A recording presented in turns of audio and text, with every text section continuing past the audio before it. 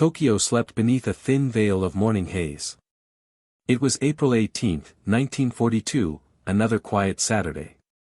The cherry blossoms had already begun to fall, their petals clinging to tram rails and soldiers' boots. Radios murmured the same reassuring words they'd repeated for months: Japan was winning. The empire stretched farther each day. The war was distant, somewhere out there, across an ocean too vast for enemies to cross. At 6:30 a.m., a young officer at a coastal observation post wiped condensation from his binoculars. The sea was calm, gray, endless. Then, in the far distance, he saw a glint, something moving low, fast, unnatural. He squinted. There was no mistaking it now. Airplanes. Dozens of them, flying in formation. Impossible, he whispered. They can't be Americans. Hours earlier, far out in the Pacific, the deck of the USS Hornet shuddered beneath the weight of 16 B-25 Mitchell bombers. The air was thick with salt and tension. The ocean heaved under the carrier, waves breaking against the bow. The men aboard knew the odds. They were about to launch heavy twin-engine bombers from a carrier deck, something no one had ever done. And they would have nowhere to land. Colonel James Doolittle stood near the edge, goggles resting on his cap, jacket zipped to the throat. He was 45, a scientist as much as a soldier, famous for testing aircraft others were afraid to fly. His hands were steady, but his thoughts weren't. He glanced at the horizon, gray, endless, and said to his co-pilot, "We're not flying for victory. We're flying to remind them we exist." The wind was fierce, rain slanting across the deck. One by one, the bombers crept forward, engines roaring against the ocean's breath. Deck crews crouched low, soaked, shouting over the thunder. Doolittle's plane was first. At 8:20 a.m., the flagman's arm dropped. The B-25 surged ahead, tires skimming the wet steel, the bow dipping with each swell. For a heartbeat, the aircraft seemed to hang between sea and sky, and then it lifted, the deck vanishing beneath it. The men watching below exhaled as if surfacing from deep water. One by one, 15 more bombers followed. Each leap from the carrier was a small miracle, a dance between luck, wind, and faith. From the last plane, a gunner looked down and saw the Hornet shrinking into the mist, a dark smudge on a steel-gray sea. He knew they would never see it again. Inside Doolittle's cockpit, the noise was deafening. The gauges trembled, the fuel needle already dancing lower than it should. He checked his map, pencil tracing a thin line toward Japan. The plan was simple, if not suicidal: fly 650 miles to Tokyo, drop 4 bombs each on military and industrial targets, then continue west to China. No one expected to return. At 10 a.m., they crossed the halfway point. A faint voice crackled through the radio, a warning from the fleet: Japanese patrol spotted you early. Proceed as planned. Doolittle didn't answer. He simply tightened his grip on the control column. They had taken off too soon, fuel would run out before China. But turning back meant capture or worse. Ahead lay only cloud and courage. Back in Tokyo, the morning unfolded with its usual rhythm. Trams clattered across bridges. Vendors opened shutters. A schoolteacher led her class in song. The war was something they read about, not something they feared. When the first siren sounded, few paid attention. There had been false alarms before. Then came the sound, low, unfamiliar, powerful. Housewives looked up from market stalls. Office clerks ran to windows. A factory guard dropped his cigarette. The shapes in the sky were unlike any they had seen, silver planes with round stars painted on their wings. In the cockpit of the lead B-25, Doolittle looked down and saw the city sprawling beneath him, dense, ordered, unaware. He felt no triumph, only a cold, focused stillness. "Open bomb doors," he said. The moment hung in silence. Then the release levers clanked, and the first bombs fell, whistling through clouds into history. In that instant, Tokyo's peace shattered. Fire blossomed on warehouse roofs. Glass rained down on the streets. Panic rippled through the city, disbelief first, then fear. Somewhere, an air raid siren finally found its voice. On the Hornet, far away now, sailors strained their eyes toward the east, toward the invisible men they'd just sent into the storm. A radioman whispered, "God help them." And over the Pacific, 16 black specks moved steadily toward a coastline that had never known enemy fire. Doolittle didn't look back. Ahead, Japan grew larger, brighter, closer. He knew the raid wouldn't change the war's course. But it would change its rhythm. Every revolution starts with a sound no one expects to hear. Where are you watching from? Let me know in the comments below, and don't forget to subscribe to this channel. The first explosions rippled across Tokyo just before noon. Windows shattered blocks away from the impact zones, dust and smoke rose like columns between the narrow streets. For a few long seconds, no one moved. Then came the chaos, people running, voices shouting over each other, air raid sirens wailing too late to matter. At first, no one believed it was real. Japanese air defenses had been trained to expect attacks from nearby islands, not from the far Pacific.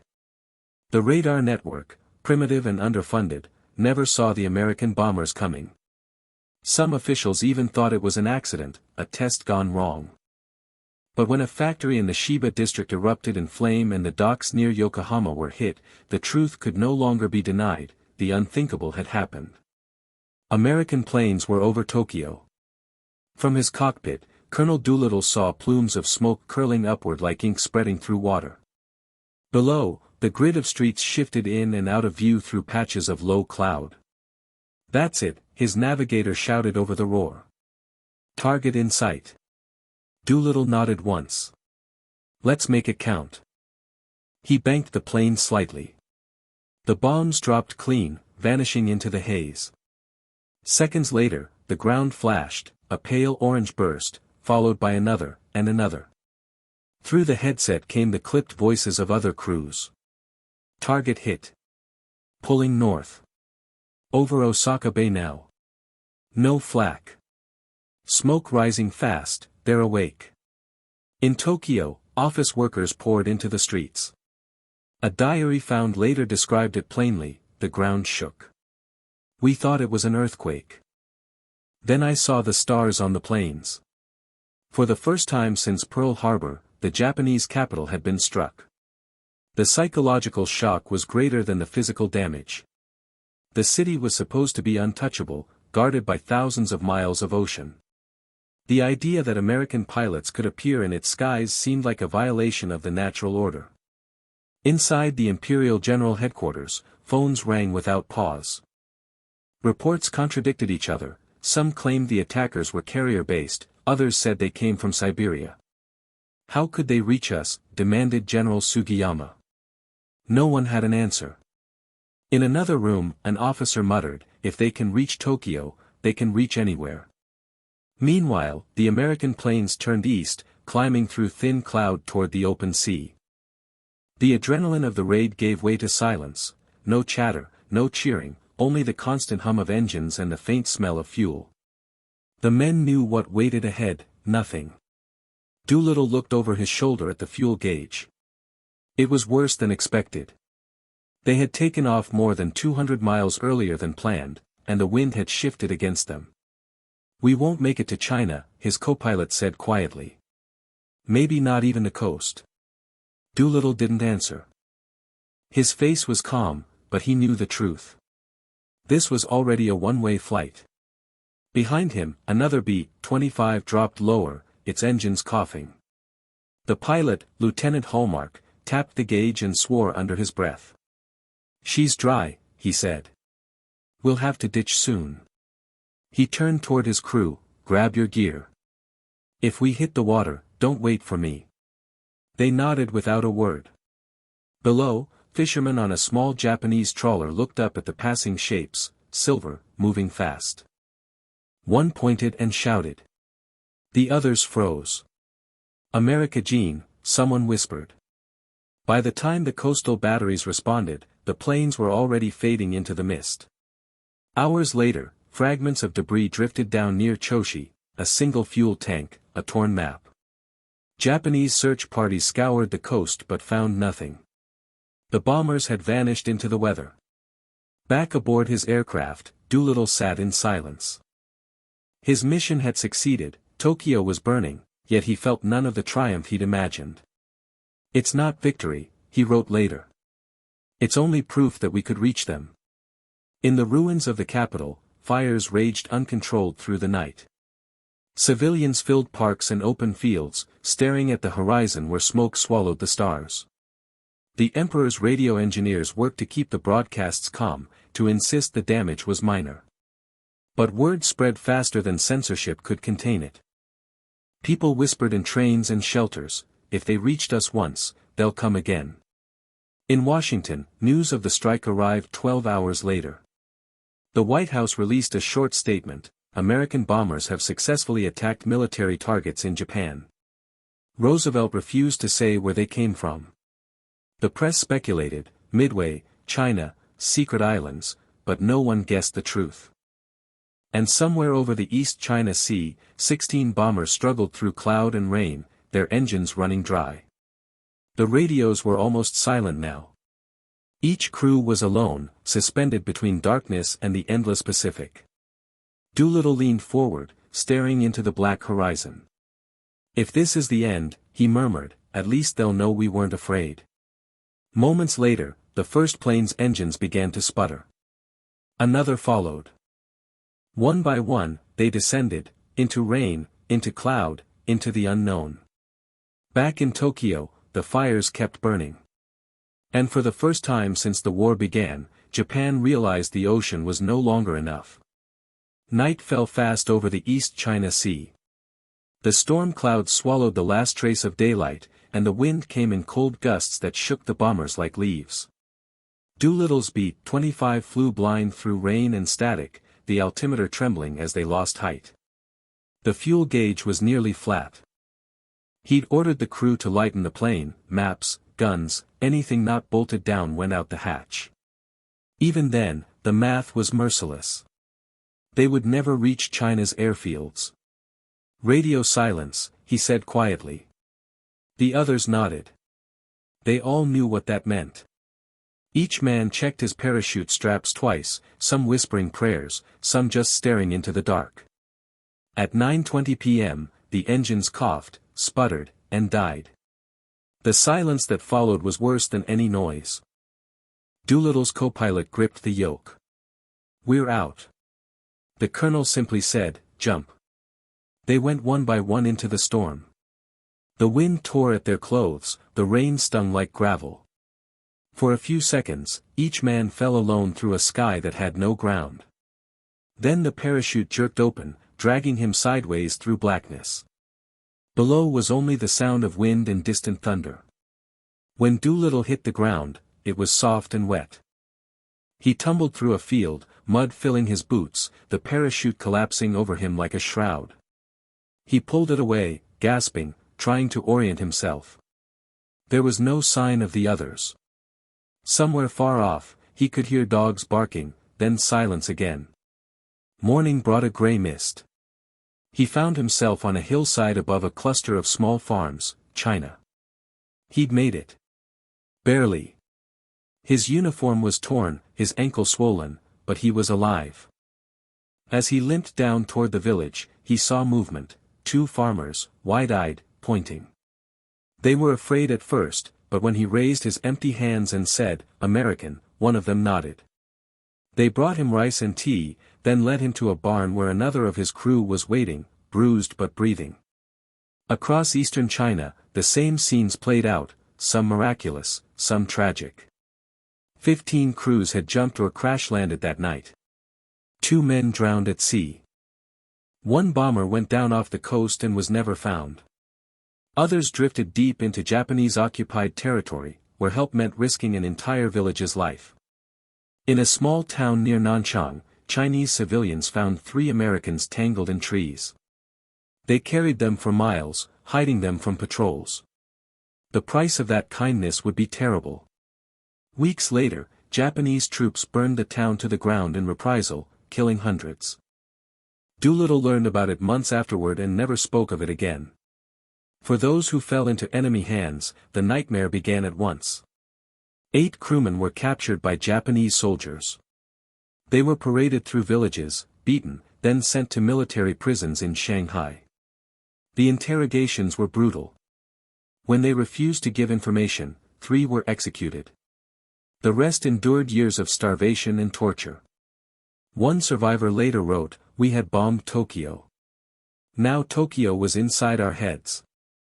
Meanwhile, the surviving crews who made it to friendly territory began the long journey home through Chinese mountains and jungles. Doolittle himself, covered in mud and exhaustion, thought the mission had failed.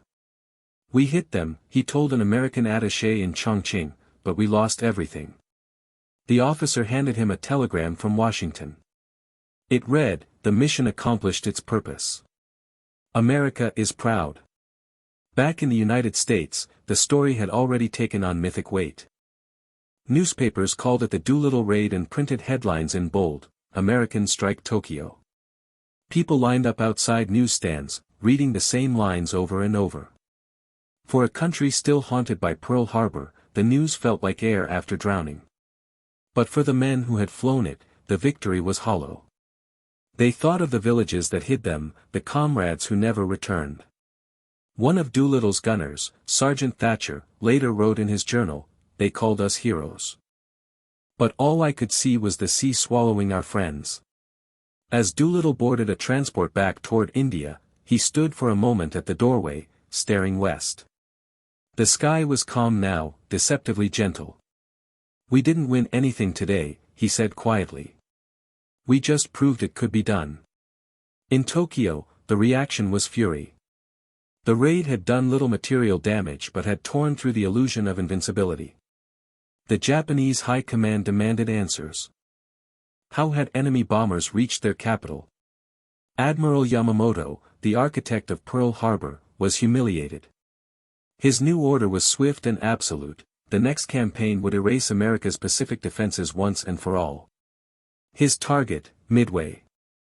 And as his fleet began to gather, somewhere in a hospital bed in China, Doolittle closed his eyes and wondered if he had just lit a fire he couldn't control. In Tokyo's underground war room, the air was thick with smoke and disbelief.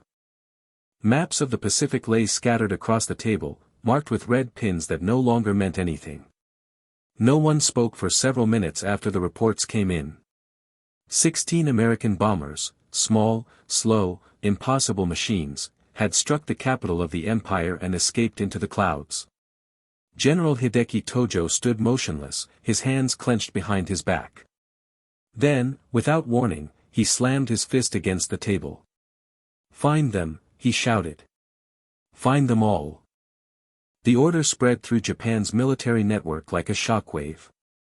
From Tokyo to Shanghai, from Nanjing to Hangzhou, radio messages crackled through the night: "Search the skies, scour the coasts, hunt the foreign pilots who had dared to humiliate the empire."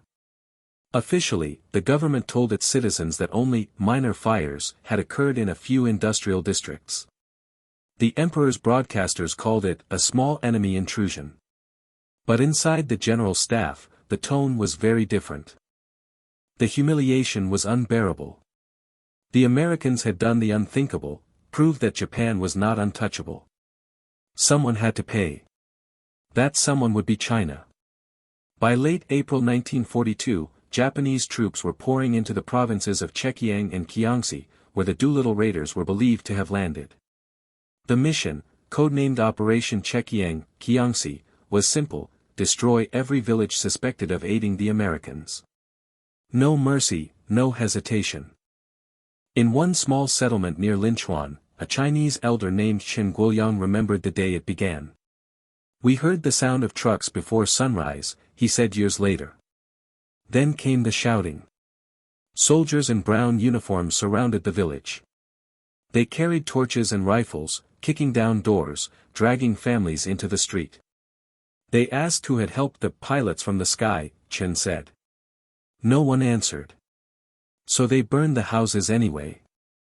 The fire spread fast through the wooden rooftops. The air filled with the smell of smoke and gunpowder. People tried to run, but the fields were ringed with troops. When it was over, only ashes remained, and a single American parachute tangled in a tree at the edge of the road. The man they had helped was a bombardier named Corporal Chase Nielsen. He had crash-landed days earlier, wounded and half-conscious.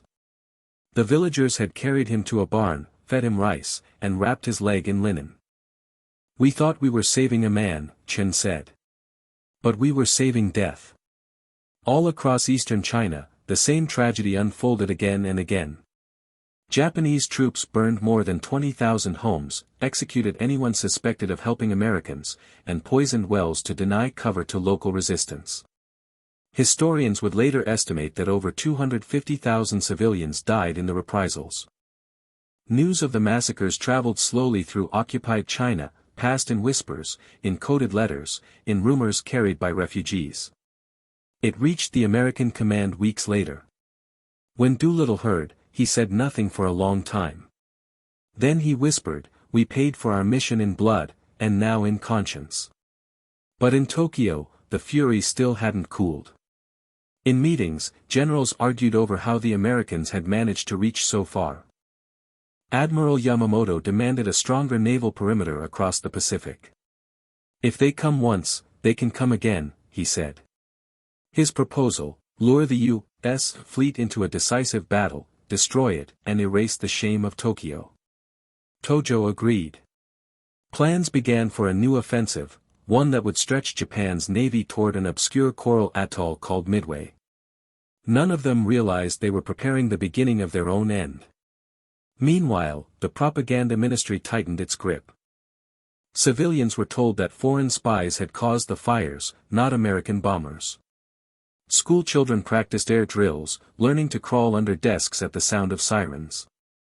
In private, though, even the most loyal citizens began to whisper. If the enemy could reach the emperor's city once, could they do it again? At night, over the ruins of the burned districts, the smell of smoke still lingered. Soldiers stood guard among the wreckage, their boots crunching on broken tiles. They looked up at the sky, at the same stars that had guided the raiders home, and wondered what was coming next. In China, survivors buried their dead quietly, without markers, afraid that returning soldiers would see fresh graves and come back. The hills turned green again, but the soil beneath them was black with ash. For the men who had flown the raid, word of the reprisals would haunt them for the rest of their lives. In his later years, Doolittle would visit a memorial to the fallen Chinese villagers. He laid a wreath and said softly, "They saved us. And we couldn't save them." The air around him was silent, heavy with the weight of history. The mission that had lifted America's spirit had broken something deeper on the other side of the world. And somewhere, between pride and guilt, the legend of the Doolittle raid began to change, from a story of daring to a story of cost. They were 8.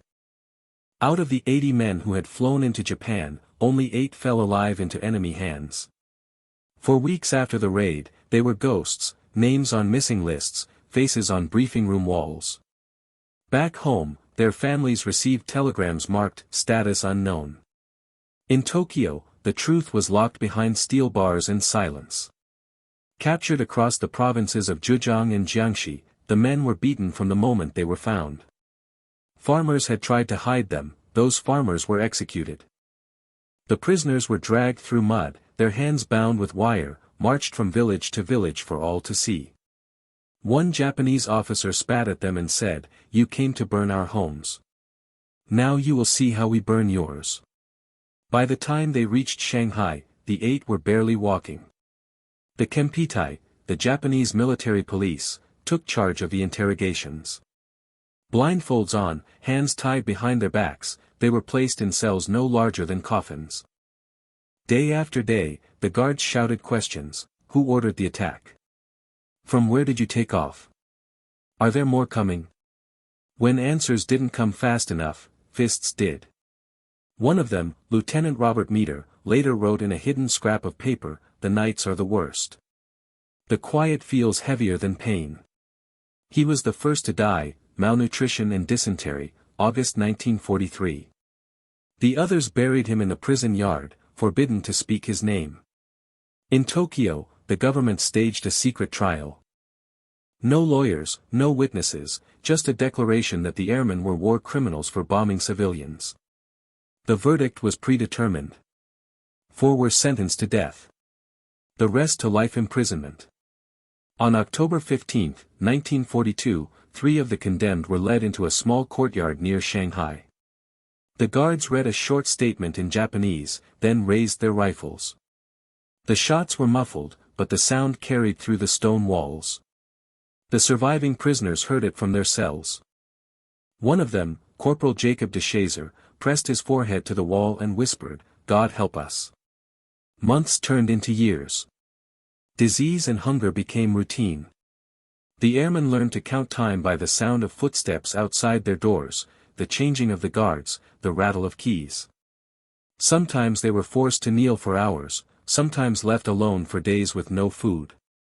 To stay sane, they recited poetry, prayers, anything that reminded them of home. De Chazer began repeating verses from memory, "Love your enemies." The irony was not lost on him. Outside their prison, the war raged on, Midway, Guadalcanal, the Solomons, but they knew nothing of it. No news reached them, only rumors through the walls, that Tokyo had been bombed again, that American ships were closer. "We didn't know if our country still existed," one survivor said later. "But we refused to believe we'd been forgotten." In Washington, their names faded from dispatches. The War Department listed them as missing in action. Even Doolittle didn't know their fate. He wrote in his report, "Some may have perished, others perhaps in captivity. Their courage speaks for them." Years later, after Japan's surrender, American forces found the surviving prisoners in a Shanghai jail. They were skeletal, barely 70 pounds each, eyes sunken, but alive. When the first Allied officer entered their cell, they didn't move. They thought it was another trick. Only when he said, "You're free," did one of them whisper, "We are." Back home, they were greeted as heroes, but none felt like one. "We didn't win anything in that cell," de Chazer said. "We just didn't die." His faith, born in the darkest corners of that prison, would later lead him back to Japan as a missionary. When asked why, he answered simply, "Because hatred didn't save us. Forgiveness did." In post-war testimonies, the men spoke little of revenge. They spoke instead of silence, the silence of being forgotten, the silence that nearly consumed them. While America celebrated, one said, "We sat in the dark, listening for footsteps." But their captivity had another effect, unseen at the time. The brutality of their treatment reached Allied intelligence through Red Cross reports. It hardened Washington's resolve. President Roosevelt, reading a classified summary, reportedly set the paper down and said, "This war will not end until the Pacific itself is ours." That sentence became more than rhetoric. It became strategy, the slow, relentless drive across the ocean, island by island, until Japan had nowhere left to hide. For the 8 men who had fallen into enemy hands, survival had not been victory. It had been a long, narrow path through cruelty towards something deeper, proof that courage was not the same as triumph, and that even forgotten soldiers could carry the weight of a nation's conscience. And somewhere, high above the Pacific, new squadrons were already training for what came next. Japan celebrated in whispers, insisting the raid meant nothing. Factories reopened, newspapers called it a minor incident, and radio voices smoothed panic into pride. But inside the war rooms, the tone had shifted from fury to fear. The Americans had reached the Emperor's city. If they could do that once, they could do it again. The illusion of distance, of oceans as armor, was gone. In Washington, the news arrived like a tide lifting a stranded ship. People gathered outside newsstands and read the same line twice, "American bombers strike Tokyo." For months after Pearl Harbor, the country had lived with clenched teeth and quiet dread. Now strangers shook hands on subway platforms, and shopkeepers taped flags in their windows. A mother in Iowa wrote to her son at sea, "We can sleep now. Not because it's over, but because it isn't hopeless." The military read the raid differently. It was not a turning of the tide, but the first real swell. Admirals who had been cautious began to speak in verbs again. The Navy's Pacific strategy, once a chain of defensive patrols, hardened into a line of arrows pointing west. "We have to seize the initiative," one planner said. "We've been absorbing blows. The next ones must be ours." Across the ocean, the Japanese High Command traced its own arrows. Admiral Isoroku Yamamoto, whose brilliance had struck Pearl Harbor, took the Doolittle raid as a personal wound. Carrier doctrine had been his gospel, now that gospel demanded atonement. He proposed a plan crisp and deadly: draw the U.S. carriers into a trap, smash them in a single decisive action, and restore Japan's perimeter so far east that no American bomber could ever strike the home islands again. The place he chose was a speck of coral and sand barely visible on most maps, Midway. Tokyo's propaganda machine kept singing its careful song. But the orders flowing from the Naval General Staff were sharp: expand the screen, seize outposts, occupy the Aleutians to split American attention. The empire would widen its circle until no enemy could reach inside it. Few noticed that the circle's edges were already fraying. Fuel tankers stretched thin across the Pacific, pilots trained on rushed schedules, replacement crews climbed into cockpits before their hands had learned the muscle memory of survival. In Honolulu, a different kind of silence replaced despair. Intelligence rooms, stale coffee, overworked fans, ashtrays full to the lip, hummed with fragments of intercepted code. Young cryptanalysts, some scarcely older than the ensigns they briefed, pieced meanings from slivers. A three-letter group appeared again and again beside convoy schedules and refueling plans: AF. What was AF? A base? A point? A rumor? A lieutenant with ink-stained fingers said, "I think AF is Midway," and a colonel raised an eyebrow. He would be right. On Navy piers from Pearl to San Diego, crews worked without flourish. Deck gangs stripped weight from carriers, ordnance men rehearsed loading schedules with the precision of clockmakers, pilots practiced dawn launches until their eyes burned. The new confidence felt different from bravado. No speeches, no parades, just the quiet certainty that the country had stood up after a punch and found its stance. For the families at home, the change was intimate, not strategic. Factories ran an extra shift because people volunteered, churches filled for prayers that did not plead but steadied, school children collected scrap metal and believed, fiercely, that tin cans could become wings. A factory foreman outside Seattle wrote in his night ledger, "We're making something they'll feel." Meanwhile, in Tokyo, staff officers marked a date with a red pencil. Early June. The operation would unfold like theater, a feint toward the Aleutians, then the main blow at Midway. They pictured American carriers steaming to the rescue, righteous and blind.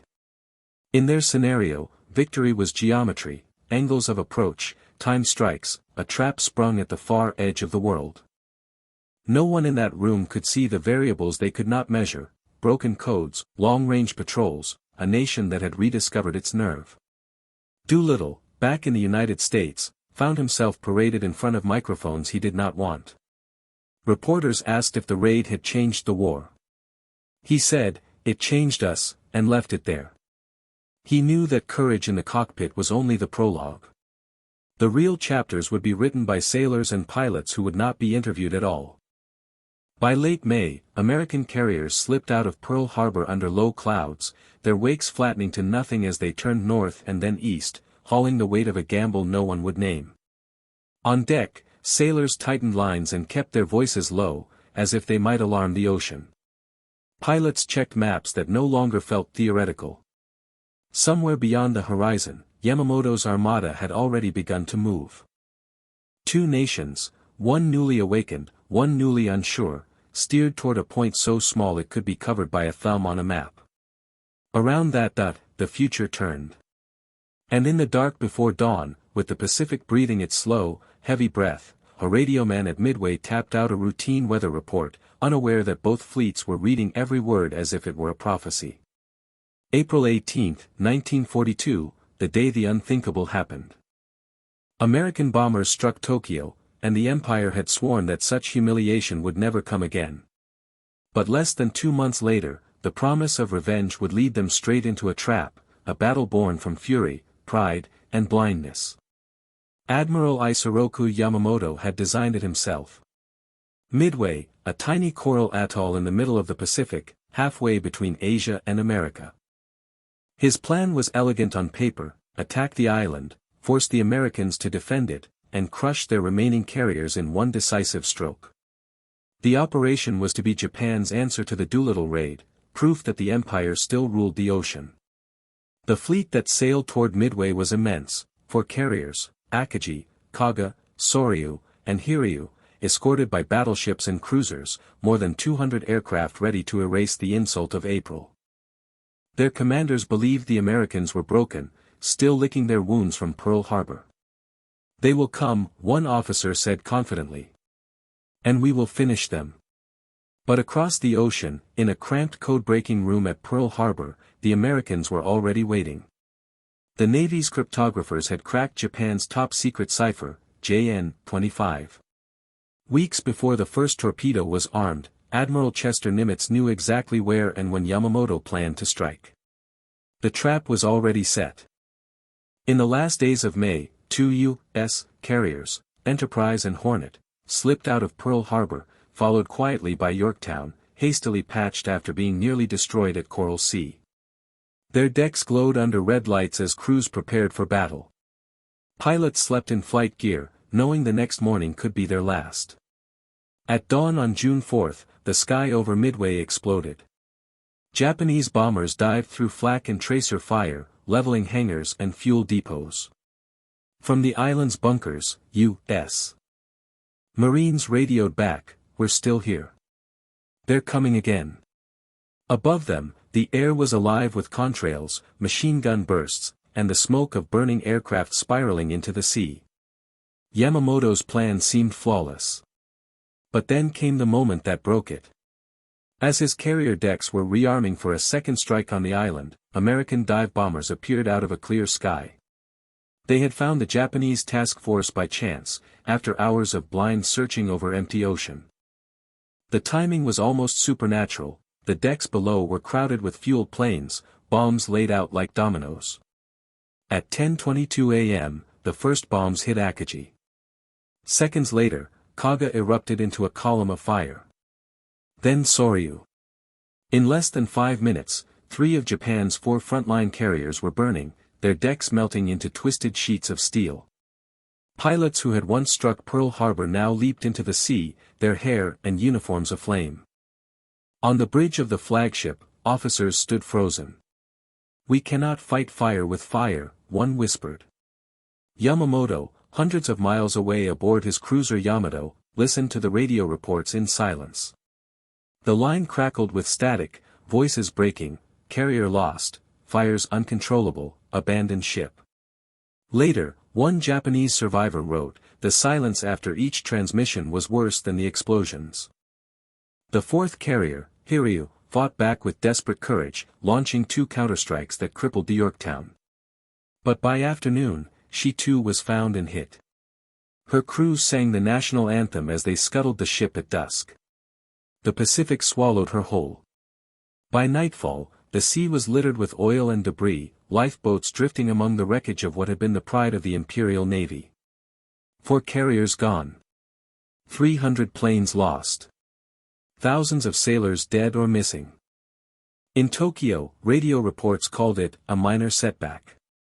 But the men who had seen the flames knew better.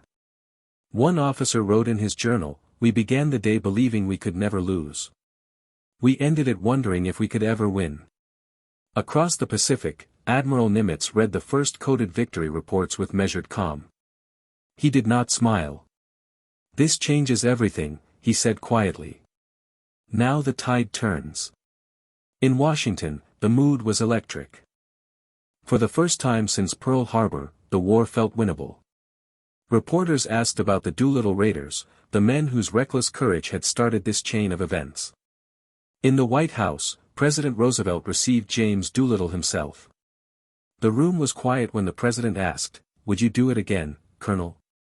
Doolittle looked down, his hands scarred from the war, his eyes hollow but steady. He nodded once. "Any day, Mr. President. Any day." Outside, on that humid summer night of 1942, America slept lighter. The ocean that had once seemed endless now carried a different sound, not of defeat, but of return. The empire that had risen on shock and fear had learned what happens when vengeance becomes blindness. Midway was not just a battle. It was the moment Japan began to fall, and the world began to believe again that tyranny could drown. They were the forgotten ones. No headlines, no parades, no homecoming bands. Just names buried in reports stamped classified and filed away in gray cabinets marked missing. For years, their families kept porch lights burning, waiting for letters that never came. The world celebrated Midway, Guadalcanal, the turning of the tide, but somewhere, in cells and jungles across Asia, the men of the Doolittle raid still existed in shadows. When Japan surrendered in August 1945, Allied investigators began combing through captured documents. In a warehouse outside Tokyo, under a tarp, they found a stack of files marked with a red seal, special prisoners. Inside were interrogation notes, execution orders, and photographs of 8 airmen in tattered uniforms. The truth unraveled page by page. What had been rumor became record. 4 had been executed after a secret trial, others died in captivity. The discovery shocked the teams who read it. These men had struck Tokyo in the first daring raid of the war, vanishing afterward into rumor and myth. Now, their fate was spelled out in bureaucratic ink, sentence carried out at dawn. Remains disposed of. Across the Pacific, the U.S. Army traced survivors and witnesses. In Shanghai, a missionary led investigators to a courtyard where 3 shallow graves were found. One of the Chinese villagers present whispered, "They died standing." Another recalled how Japanese soldiers forced locals to watch the executions as punishment for helping Americans. "We could not speak of it for years," he said. "We only remembered where the rain fell that day." For the survivors who came home, emaciated, haunted, alive only by miracle, the news reopened wounds that had never healed. Lieutenant Jacob de Chazer, once a prisoner, read the report in silence. Later he said, "I thought of the men I left behind. Their courage was quiet, but it was enough to shame heaven." In Washington, reporters finally received permission to publish the full story. Time magazine called it "The Price of Courage." Families gathered in living rooms to read aloud the paragraphs that contained their sons' names. Some wept, others simply folded the pages and placed them on the mantel, beside old photographs of smiling young men in flight jackets. Doolittle himself avoided interviews. When he was summoned to the White House in 1946 to receive the Medal of Honor, he hesitated. Standing beside President Truman, he said only, "I accept this not for myself, but for those who did not return." The applause that followed was restrained, almost reverent. The room knew it was not a celebration, it was an elegy. In the years that followed, fragments of the story continued to surface. Letters smuggled from prison were found, written on rice paper, the ink faded but legible. One read, "If this ever reaches home, tell them I'm not afraid. Tell them we did what we had to do." Another ended with a line that became a kind of unofficial epitaph for the raiders, "Some missions are not meant to come back." Historians later estimated that more than 250,000 Chinese civilians were killed in the Japanese search for the downed airmen. Entire villages burned for offering shelter, water, or silence. The Doolittle raid had struck Tokyo, but its aftershock had consumed the innocent far beyond its target. When the truth reached American newspapers years later, it blurred the edges of victory with grief. Yet even through tragedy, the meaning of the mission deepened. It had been small in scale, 16 planes, 16 crews, but its echo reshaped nations.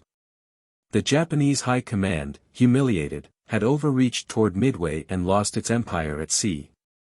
The Americans, inspired, found faith in their own endurance. And those few who vanished into enemy hands became the living conscience of the war, proof that bravery and suffering were inseparable threads in the same story. At reunions after the war, the surviving raiders would stand together in silence before raising a silver goblet engraved with each man's name. Those who had died had their cups inverted. Doolittle's hand would tremble as he turned another upside down. Someday, He would say softly, "There'll be only one left to turn out the lights." But that day had not yet come. The memory of those who never came home, those whose courage had been buried under official stamps and wartime secrecy, still flickered like a distant beacon across the decades. They had proved that a single act of defiance could ripple through history. And as one of the raiders later told a reporter, standing beside the rows of those silver goblets, "People think courage is about winning. It's not. It's about doing what must be done, even when you already know how it ends." 3 years after that first impossible flight, the sky over Tokyo was no longer blue. It glowed red. The roar of engines no longer startled civilians, it was constant, unending. The city that once mocked the Doolittle raid as a minor incident now burned from horizon to horizon. B-29s filled the heavens, flying in waves so thick they looked like a moving ceiling. Every night the fires rose higher, consuming paper houses, wooden bridges, temples that had stood for centuries. On March 9, 1945, the Great Firebombing began. In 6 hours, more than 100,000 people died. Streets turned into rivers of molten asphalt. The air itself caught fire.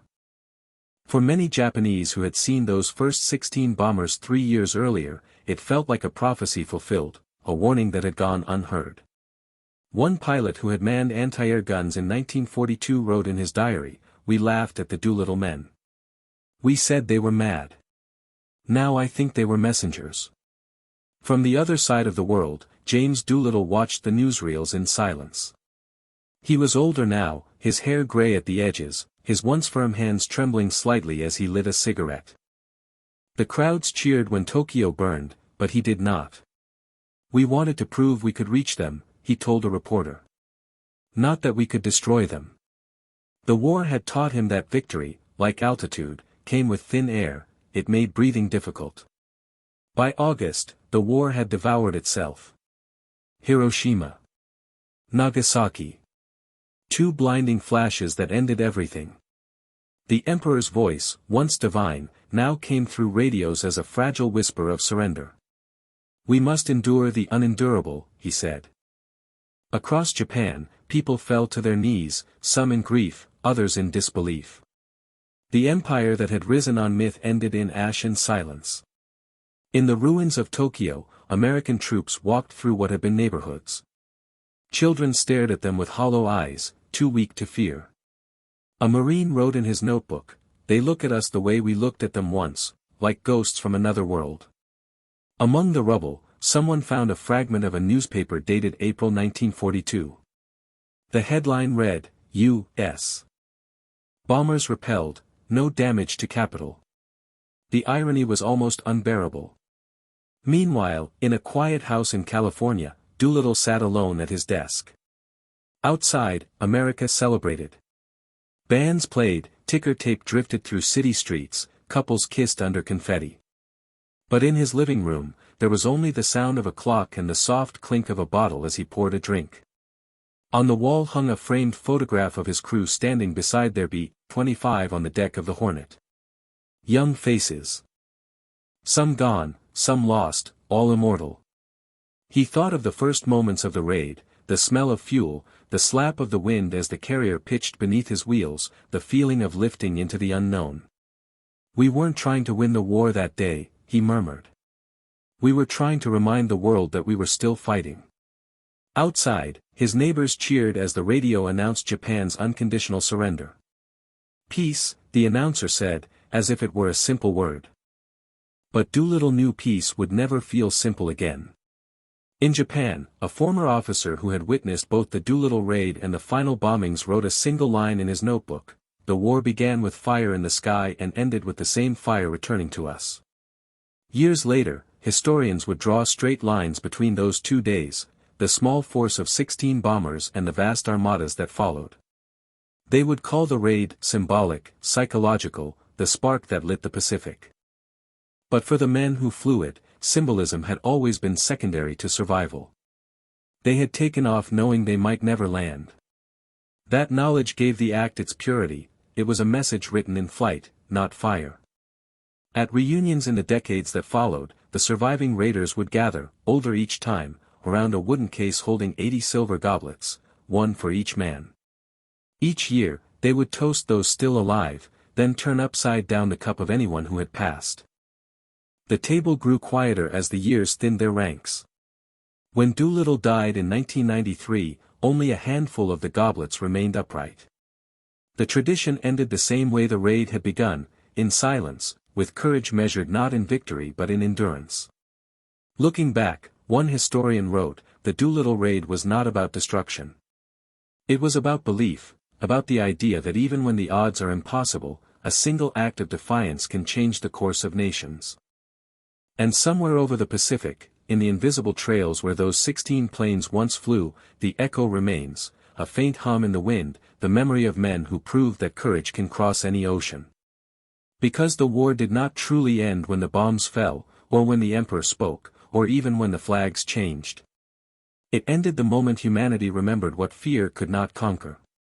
It ended when the world saw that the sky, once ruled by terror, could again belong to those who dared to believe.